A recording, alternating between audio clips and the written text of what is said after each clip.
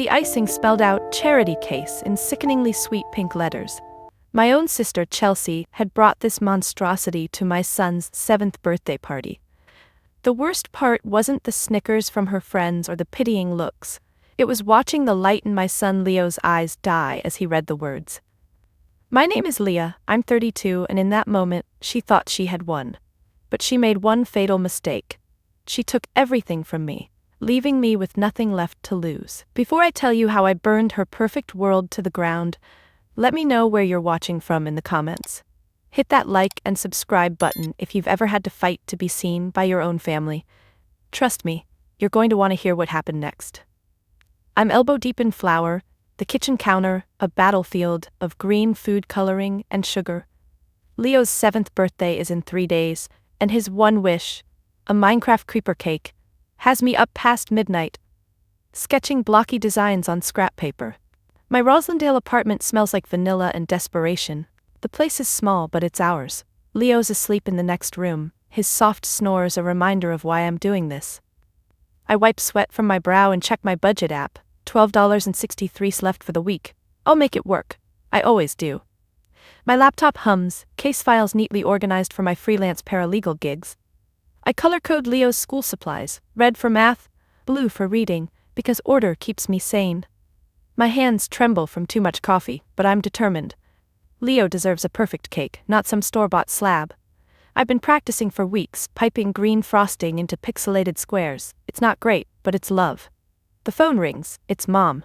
Her voice is sharp, praising Chelsea's perfect life, her fancy job, her fiancé, Carter Vance, Boston's golden boy.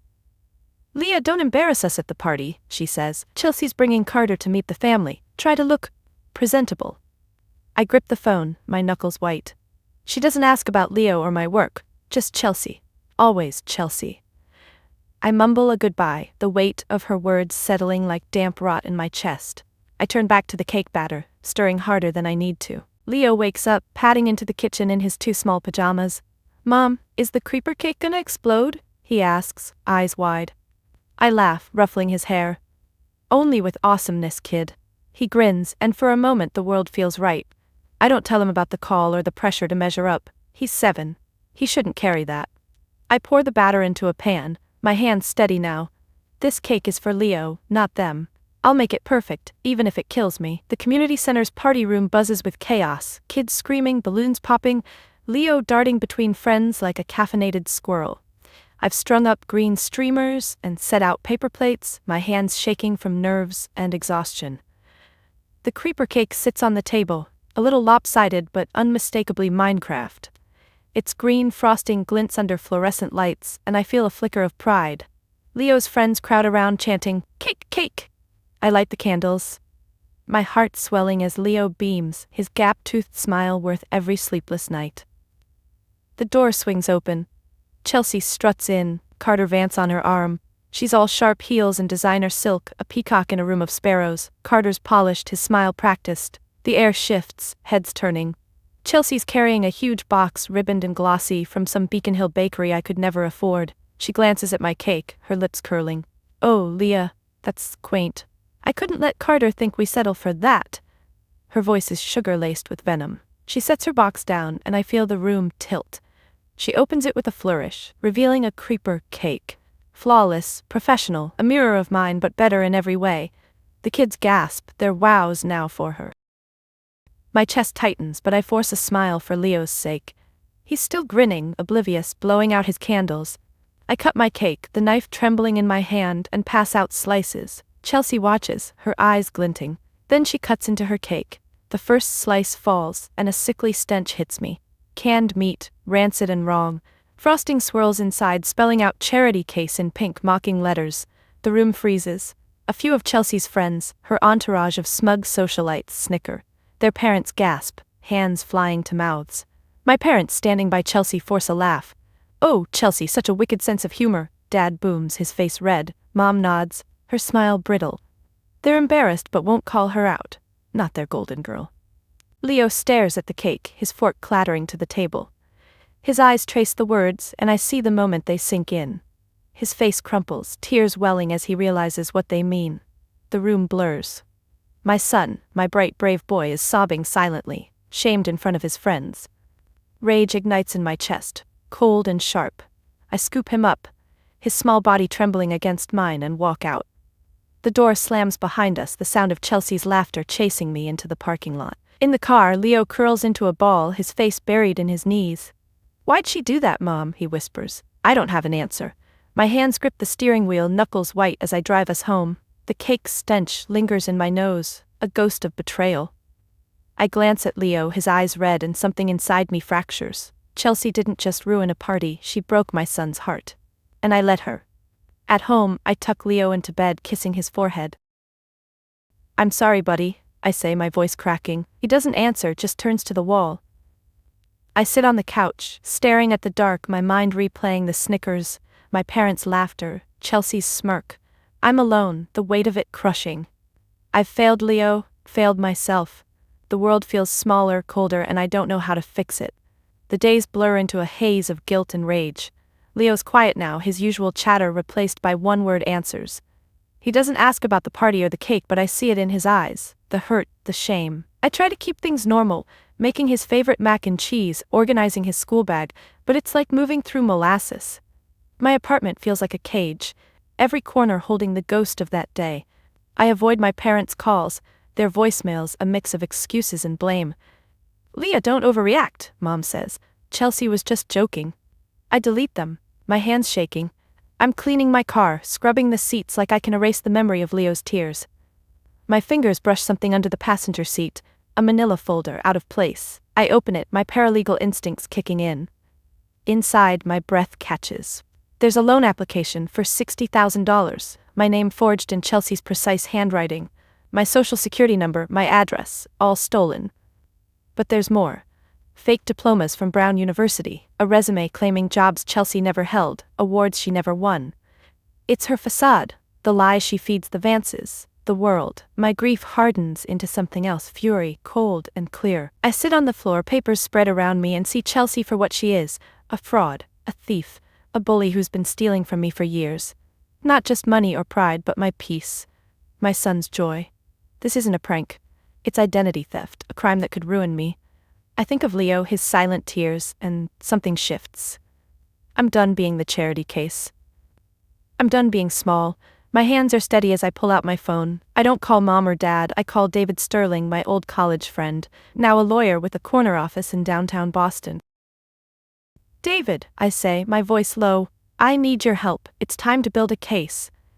He listens, his silence heavy, then says, "Come to my office tomorrow, bring everything." I hang up, my pulse steady for the first time in days. This isn't just about me anymore, it's about Leo, about justice. The next morning I meet David at his firm, the folder clutched to my chest. His office smells of leather and coffee, and a world away from my cramped apartment. I tell him everything, the party, the cake, Leo's tears, the forged documents. His jaw tightens as he reads, his pen tapping the desk. "This is serious, Leah," he says. "Not just fraud, but a pattern. We can sue, but exposure, public, undeniable exposure, will hit harder. We need more evidence, people she's hurt, to show who she really is." I nod, my mind racing. I think of Mrs. Dubois, the baker whose shop Chelsea trashed online. I think of Marcus Thorne, her ex-fiancé, who vanished after their breakup. They're out there, carrying their own scars from Chelsea's cruelty. I leave David's office, the folder lighter in my hands. I have a purpose now, a spark that cuts through the fog. That afternoon I drive to Mrs. Dubois' bakery, a tiny shop tucked in Jamaica Plain. The bell jingles as I step inside, the air warm with the scent of bread. Mrs. Dubois, her hair gray and hands flour-dusted, looks up. I tell her about the party, the cake, the folder. Her eyes well up, not with sadness but relief. "That girl," she says, her voice trembling, "she ordered a wedding cake, then refused to pay. Posted lies online, said my food was rotten. I nearly lost everything." She pulls out her phone, showing me screenshots of Chelsea's reviews, vicious and calculated. "I'll sign anything you need," she says. "She can't keep doing this." I leave with her affidavit, my heart pounding. At home, I dig through old emails, finding Marcus Thorne's contact. He's an architect now, living in Cambridge. I call, my voice steady but nervous. "Marcus, it's Leah, Chelsea's sister. I need to talk." He's quiet for a long moment, then says, "I've been waiting for this call." We meet at a coffee shop, his face lined but kind. He tells me how Chelsea drained his savings, lied about a family emergency, used his contacts to climb social ladders. She's a parasite, he says, sliding over bank statements and texts. I'm in, Leah. Let's end this. I drive home, the evidence heavy in my bag. Leo's at a friend's house and the apartment is quiet. I spread the papers on the table, a map of Chelsea's lies. For the first time I feel strong, like I'm building something. Justice, maybe, or redemption. I think of Leo's smile, the one I haven't seen since the party, and I know I'm not alone. I have David, Mrs. Dubois, Marcus, an army of the wronged ready to fight. The spark in me grows a flame now and I'm not afraid anymore. The kitchen table is buried under papers, Mrs. Dubois's affidavit, Marcus's bank statements, Chelsea's forged diplomas. I sip cold coffee, my eyes burning from lack of sleep, but I'm alive with purpose. David's words echo, show who she really is. I'm not just fighting for me anymore, I'm fighting for Leo, for Mrs. Dubois, for Marcus, for everyone Chelsea's crushed to climb her glittering ladder. My apartment, once a cage, feels like a war room. I meet David again at his office, the city's hum muffled by glass walls. He spreads the evidence out, his fingers tracing the loan application. This is solid, he says, but we need a knockout punch. More voices, more proof. I nod, my jaw tight. I've already got Mrs. Dubois and Marcus, but David's right. Chelsea's hurt others. I just need to find them. I start with Mrs. Dubois' bakery. The bell jingles, and she's there, kneading dough, her face softer now. I ask if she knows anyone else Chelsea's crossed. She hesitates, then mentions a caterer, Elena Ruiz, who worked a Vance event. Chelsea stiffed her on a $2,000 bill, she says, then trashed her online. I track Elena down, meeting her at a diner in Dorchester. Her hands shake as she shows me emails. Chelsea's threats, fake reviews that cost Elena clients. I'll testify, she says, her voice firm. She can't keep getting away with this. I leave with her sworn statement, my heart pounding. Next, I dig deeper into Marcus's story. He meets me at a park, his dog tugging at a leash. There was a graphic designer, he says, Lila Chen. Chelsea hired her for a fake charity event, never paid, then doxed her when she complained. I find Lila's portfolio online, her work stunning but her social media silent. I send a message and she agrees to meet at a quiet cafe. Her eyes are wary, but when I show her the folder, she exhales. I thought I was alone, she says. Lee, she hands over screenshots of Chelsea's harassment, her voice steadying as she signs an affidavit. Take her down, she whispers. Back home I organize the new evidence, my hands steady. Elena's emails, Lila's screenshots, they're pieces of a puzzle, and Chelsea's the ugly picture at the center. I call David, updating him. You're building a case, he says, but we need a stage, somewhere public, where her lies can't hide. I think of the Vance Barrett engagement party, the invitation sitting unopened on my counter. It's in 2 weeks, a gilded affair at a Beacon Hill hotel. My pulse quickens. It's perfect, Chelsea's stage, her audience of Boston's elite. I can turn it against her. I sit with Leo that night, helping him with homework. He's still quiet, but he leans into me, his small hand on mine. You okay, Mom? He asks. I kiss his forehead, my throat tight. Getting there, buddy. He doesn't know about the evidence, the plan, but his touch grounds me. I'm not just fighting Chelsea. I'm fighting for him, for us. The army of the wronged is growing, Mrs. Dubois, Elena, Leila, Marcus, David, and I'm not alone anymore. The spark in me is afire now, steady and fierce. The engagement party invitation sits on my counter, gold-embossed, mocking. It's my chance, my only shot to expose Chelsea where it hurts, her perfect world, her precious Vances. I pace the apartment, my mind racing. A lawsuit's too slow, too private. I need something public, something she can't spin. I call David, my voice low. I want to hit her at the party, I say. He pauses, then chuckles. Bold. Let's make it surgical. I meet Marcus at his studio, a loft cluttered with blueprints. He's not just an architect, he's a designer with a knack for theatrics. We need a delivery, I say. Something she'll show off, something that'll get to every guest. Marcus grins, sketching on a napkin. A gift, he says. Big, flashy, irresistible. We settle on a box, huge, elegant, wrapped in silk ribbon. Inside, smaller boxes, each tagged for a guest. Carter's parents, his business partners, media types. It's a Trojan horse, and Chelsea's vanity will roll it right in. David helps craft the contents. We compile folios, sleek, professional, devastating. Each will hold copies of Chelsea's forged diploma, the fraudulent loan in my name, Mrs. Dubois' affidavit, Elena's emails, Leela's screenshots, Marcus's texts. I record a clip from the birthday party, Leo's soft sobs over my parents' laughter, and burn it onto USBs. On top, a card: character, legacy, integrity. Be sure of what you're buying into. The truth has a price, but this is free. Compliments of the charity case. My hands shake as I write it, but not from fear, from power. Marcus designs the boxes, his hands deft with calligraphy. I hire a courier, a high-end service the Vances won't question. The big box is delivered to their mansion, the card signed in my name, Dearest Chelsea. A little something to celebrate the family's many accomplishments. With love, Leah. I know Chelsea, she'll see it as surrender. A desperate bid for approval.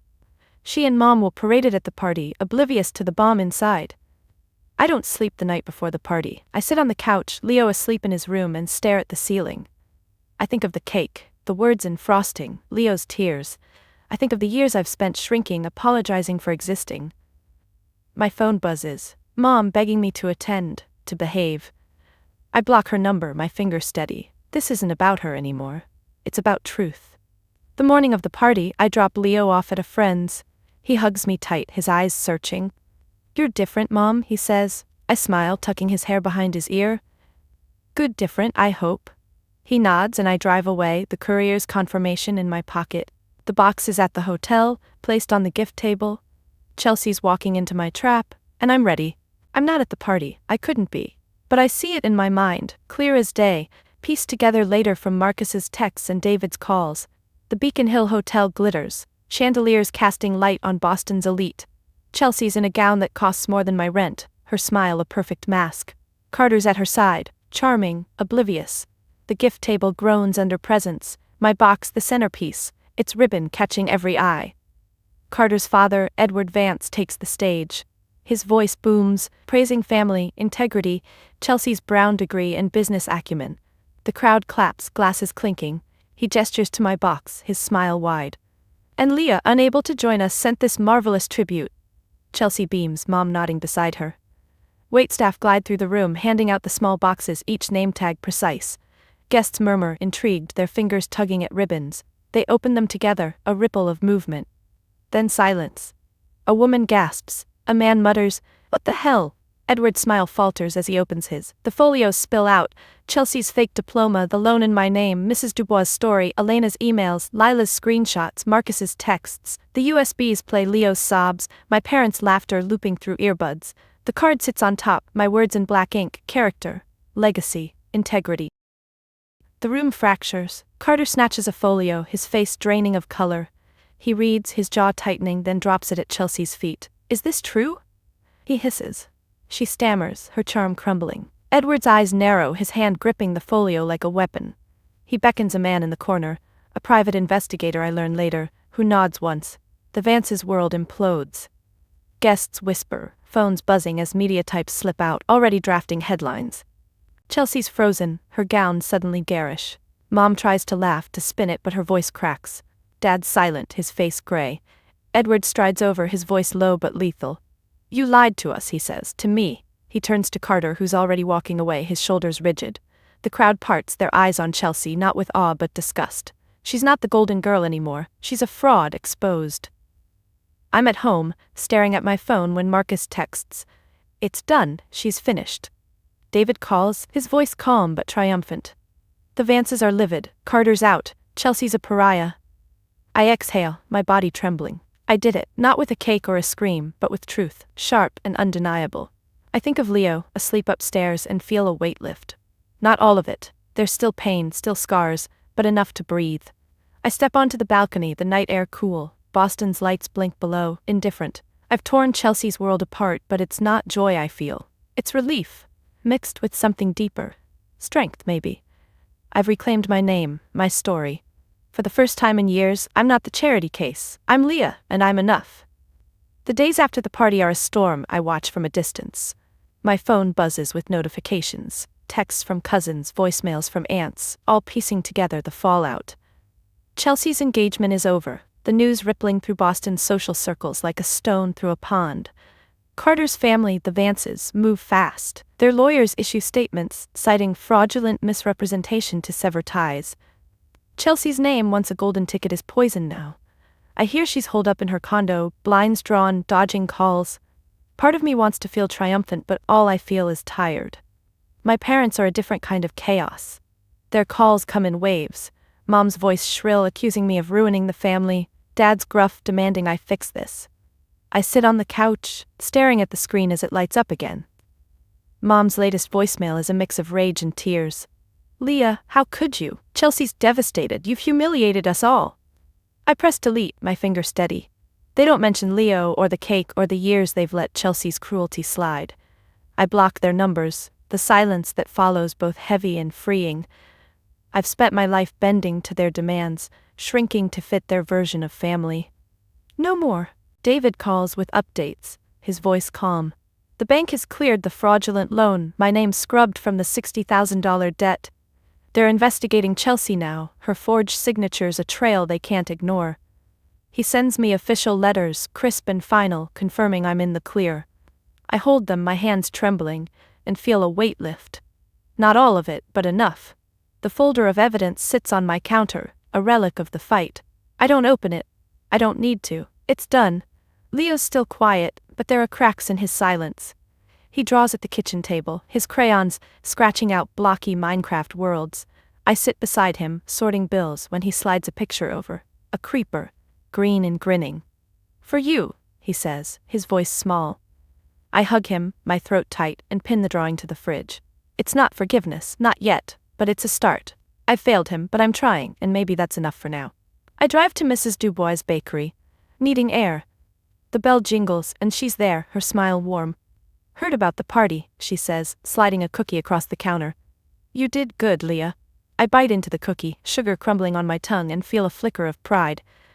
She tells me her business is picking up, the online reviews fading as word spreads. "People know the truth now," she says. I nod, my eyes stinging. Truth has a cost, but it's worth it. Marcus texts, inviting me to a gallery opening. I go. Leo at a friend's house, and find him among sketches and wine glasses. He raises a glass, his grin easy. "To justice," he says. We talk about nothing, art, dogs, the Red Sox, and for an hour I'm just Leah, not the charity case, not the avenger. I drive home lighter, the city's lights blurring past. Chelsea's world is ashes, but mine's still standing. I've cut the ties that bound me, parents, sister, shame, and the space left behind is raw but clean. At night I sit on the balcony, a blanket around my shoulders. Leo's asleep, his door cracked open. I think of the party, the folios, the gasps. I think of Chelsea's face, her mask shattered. I don't hate her, not anymore. Hate's too heavy. I just want to be free. The stars are faint above Boston, but they're there, steady. I breathe deep, the air cold and sharp, and feel something new. Peace, fragile but real. Months pass, the sharp edges of memory softening. It's summer now. The air thick with heat and possibility. Leo's 8, taller. His laugh louder than it's been in a year. We're in Mrs. Dubois' bakery, the kitchen closed for a private party, just us, her, Marcus, and 3 of Leo's closest friends. The counters are dusted with flour, the air sweet with chocolate. There are no streamers, no rented rooms, just a table cluttered with mismatched plates and love. I carry out the cake, a simple round one Leo and I made together. It's chocolate, lumpy with frosting, sprinkles scattered like confetti. We decorated it last night, laughing as we licked spoons, Leo's face smudged with cocoa. It's not a creeper, not a showpiece, it's ours, imperfect and real. I set it down, and Leo's friends cheer, their voices high and bright. Mrs. Dubois claps, her eyes crinkling. Marcus snaps a photo, grinning. "Masterpiece," he says. Leo stands on a chair, his cheeks flushed. 8 candles glow, their flames dancing. "Make a wish," I say, my voice catching. He closes his eyes, his lips moving silently, then blows. The room erupts in applause, and I cut the cake, the knife steady in my hand. The slices are uneven, but no one cares. Leo takes a bite, frosting on his nose, and grins. "Best cake ever, Mom," he whispers. My eyes well up, but these tears are different, light, warm like rain after a drought. We eat, the kids chasing each other around the bakery, Marcus telling bad jokes, Mrs. Dubois sharing stories of her old recipes. I lean back, a paper plate balanced on my knee, and watch. Leo's laughing, his head thrown back, the sound pure. The shame of last year, the words in frosting feel far away, like a dream I've outgrown. He's healing, and so am I. After cake, Mrs. Dubois pulls me aside. Got something for you, she says, handing me a small box. Inside is a keychain, a tiny silver rolling pin. For your new start, she says. I hug her, her apron soft against my cheek. She's been teaching me to bake, simple things, scones, cookies, on quiet evenings. It's not a job, not yet, but it's a spark, something mine. Marcus joins us, his camera slung over his shoulder. Thinking of opening a studio, he says. Need a paralegal to keep my books straight. Know anyone? I laugh, the sound surprising me. Maybe, I say. It's not a promise, but it's a door, cracked open. I've been taking more freelance work, my reputation clean now, the loan a bad memory. The future's not clear, but it's not dark either. The party winds down, the kids yawning. I thank Mrs. Dubois, help clean up, my hands moving easily among the dishes. Leo tugs my sleeve. Can we come back tomorrow, he asks. I ruffle his hair. Anytime, buddy. We drive home, the radio soft, Leo humming in the back seat. The city's alive around us, horns and laughter, but inside the car it's just us, safe. At home I tuck Leo into bed, his eyes heavy. This was the best party ever, he says, his voice sleepy. I kiss his forehead, my heart full. Love you, kid. He's asleep before I close the door. I stand in the living room, the apartment quiet, and look around. It's still small, still ours, but it feels bigger now, like we've grown into it. I step onto the balcony, the night warm. Boston's lights pulse below, a city that's chewed me up and spit me out, but also held me close. I think of Chelsea, somewhere out there. Her life rebuilt or not, I don't know, don't care. I think of my parents, their silence a choice I've accepted. I think of Leo's smile, Mrs. Dubois' keychain, Marcus's offer. The greatest revenge wasn't tearing Chelsea down, it was building this. Our life, real and messy and mine. I lean against the railing, the stars brighter tonight. The world's not perfect, but it's enough. I'm not the charity case anymore. I'm Leah, and I'm home. My journey taught me there's a powerful difference between revenge and justice. Revenge is about causing pain, justice is about restoring truth. By using facts, not fury, I didn't just expose a liar, I freed myself and others from her shadow. If you're ever backed into a corner, remember that your greatest weapon isn't anger. It's the undeniable, unshakable truth. Live your truth, and you'll find your freedom. Thank you for following my story. Please like and subscribe if you believe in the power of truth.